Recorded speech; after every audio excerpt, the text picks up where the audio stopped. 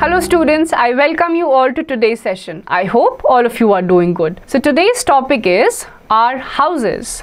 Learning topics: houses, then and now, a clean house, types of houses, some special houses, people who help in building houses. Houses, then and now. We all live in a house. Our house protects us from the heat of the sun, rain and wild animals. It also protects us from thieves and robbers. Early men lived in the caves. Modern men live in houses. A house has a roof, floor, walls separating the rooms, doors and windows. तो हम सभी घर में रहते हैं. पहले के जो टाइम पे लोग रहते थे, अर्ली ह्यूमंस, वो केव्स में या फिर जंगल्स में रहा करते थे. आज के ज़माने के जो लोग हैं वो घरों में रहते हैं. प्रेजेंट डे हाउसेस में आपको एक रूफ मिलेगी, नीचे फ्लोर मिलेंगे, वॉल्स मिलेंगी जो अलग अलग रूम्स को सेपरेट करती हैं. A clean house.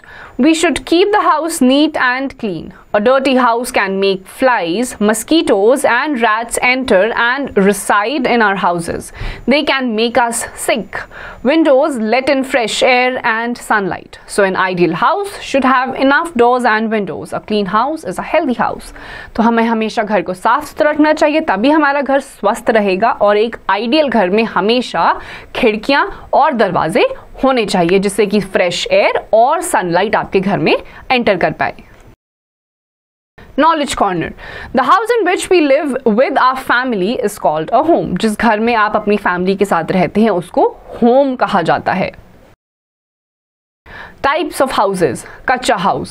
You can see various types of houses. Some people live in huts or kacha houses. Such houses are made from leaves, straw, wood, bamboo, mud, etc. Such houses are mostly found in villages. These houses are not strong. They can get damaged in heavy rains or storms. ऐसे घर जो मिट्टी से बनते हैं, bamboo से बनते हैं, लकड़ी से बनते हैं, ज़्यादा वीक होते हैं, स्ट्रॉन्ग नहीं होते हैं बिल्कुल भी. ऐसे घरों को कहा जाता है कच्चा हाउस. बारिश या तेज तूफान आने से ये घर आसानी से टूट सकते हैं. कच्चा houses. Pakka house. Many houses are now built by baked bricks, cement, stones and iron etc. They are called pakka houses. These houses are strong and last longer. In cities, most of the people live in pakka houses. जो pakka houses होते हैं ये strong होते हैं. Concrete items या जैसे कि आपका सीमेंट हो गया, ब्रिक्स हो गई, आयरन हो गया, इन सब चीज़ों से मिलाकर बनते हैं और ये आपको ज़्यादातर टाउन्स एंड सिटीज़ में ही देखने को मिलते हैं. Multi-story buildings. In big cities, some buildings have many stories. Each story has a number of flats. Such buildings are called multi-story buildings. Lifts are used in such buildings to go to different stories. Multi-story buildings and pakka houses are built by skilled workers. They last for a considerable period of time. In villages too, people are making पक्का houses. Multi storey buildings cities या towns में ऐसी buildings होती हैं जो पे बहुत सारे फ्लोर्स होते हैं और हर एक फ्लोर में बहुत सारे फ्लैट्स होते हैं. ऐसी बिल्डिंग्स में आपको लिफ्ट्स देखने को मिलेगी जो आपको एक फ्लोर से दूसरे फ्लोर तक पहुंचाती है. ऐसी बिल्डिंग्स को बनाने में स्किल्ड लेबरों की ज़रूरत होती है और काफ़ी ज़्यादा टाइम, एक स्पेसिफिक अमाउंट ऑफ टाइम लगता है ऐसे घरों को बनाने के लिए. और आजकल आप देखेंगे कि गाँव में भी लोगों ने पक्का घर बनाना शुरू कर दिया है. Some special houses. Igloo. Some houses are very strange. The Inuits, people of Greenland, live in the houses made of snow bricks.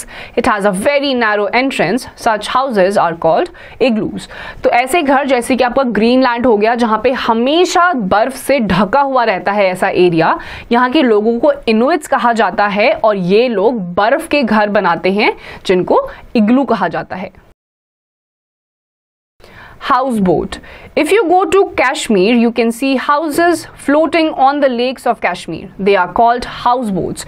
तो अगर आप कभी भी कश्मीर जैसी जगह पर जाएंगे तो वहाँ पे आपको पानी में भी बोट्स देखने को मिलती हैं जिसपे घर बने हुए होते हैं, उनको हाउस बोट्स कहा जाता है.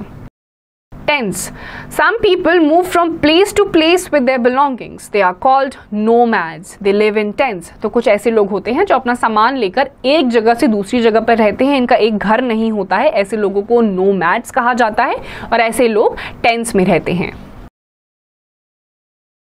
People who help in building houses. Many people help us in building a good house. An architect draws the plan of the house. The mason lays the bricks. The carpenter makes the doors and windows. The plumber fits the water pipes and taps. The electrician lays all the wires. तो एक घर को बनाने में बहुत सारे लोगों की मदद लगती है, जैसे कि जो आर्किटेक्ट होता है वो बताता है आपका घर किस तरीके से बनेगा, जो मेसन होता है वो ब्रिक्स को ले करता है, कारपेंटर फर्नीचर बनाता है, प्लम्बर आपके घर में जितनी भी वाटर टैप्स होती हैं, पाइप लाइन्स होती है उनको बिछाता है, और इलेक्ट्रिशियंस आपके सारे के सारे स्विचेस लगाता है। Now I know we all need a shelter house to live in. Inuits, people of Greenland, live in snow houses called igloos during winter. The houses floating in the lakes of Kashmir are called houseboats. Nomads live in tents. A good house should be clean and airy. तो इस chapter में हमने जाना किस किस type के घर होते हैं। घर हमारे लिए बहुत ज़्यादा ज़रूरी होता है।